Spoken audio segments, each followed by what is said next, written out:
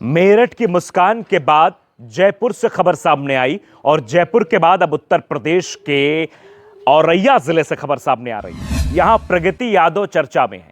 प्रगति यादव ने वैसा ही कांड किया है जैसा कि मेरठ की मुस्कान ने किया और जयपुर की रहने वाली उस महिला ने किया जो अपने पति को बोरे में भरकर घूम रही है। दरअसल प्रगति यादव अपने पति दिलीप यादव की हत्या कर देती हैं और वो सिर्फ प्रेमी के चलते।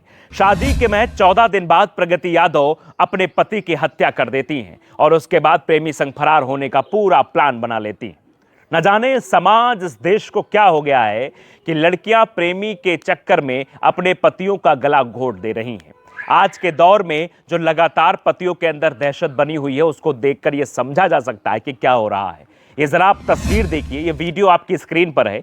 इसमें जो ये महिला खड़ी हुई हैं इनका नाम प्रगति यादव है और इनके बगल में जो इनका प्रेमी खड़ा हुआ है उसका भी नाम मैं आपको बताता हूं। उसका नाम ये जो है, और दिलीप यादव उनका पति है और इनका प्रेमी जो है वो अनुराग है, जो अपने दोस्त के साथ मिलकर इस पूरे वाकया को अंजाम देता है।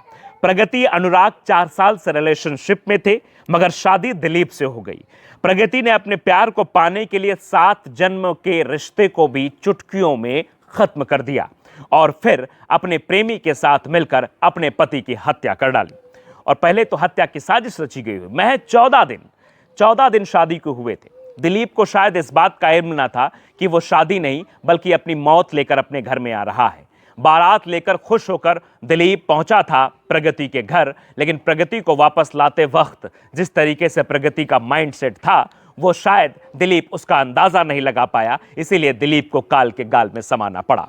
अब कुछ महिलाएं थी जिसका वीडियो हमने आपको पहले दिखाया था, जो महिलाएं इस बात को जस्टिफाई करने की कोशिश कर रही थी कि हाँ देखो जो भी हुआ है सही हुआ है। ये महिलाएं फतेहपुर में अपना बयान दे रही थी।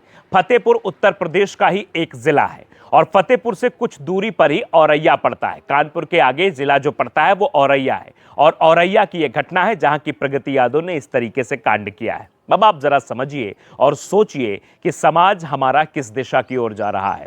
अब पुरुषों के अंदर यह डर भय व्याप्त हो गया है कि कहीं वो अपनी पत्नी को विदा करा के लाएंगे तो साथ में अपनी मौत का न्योता तो लेकर नहीं आ रहे हैं।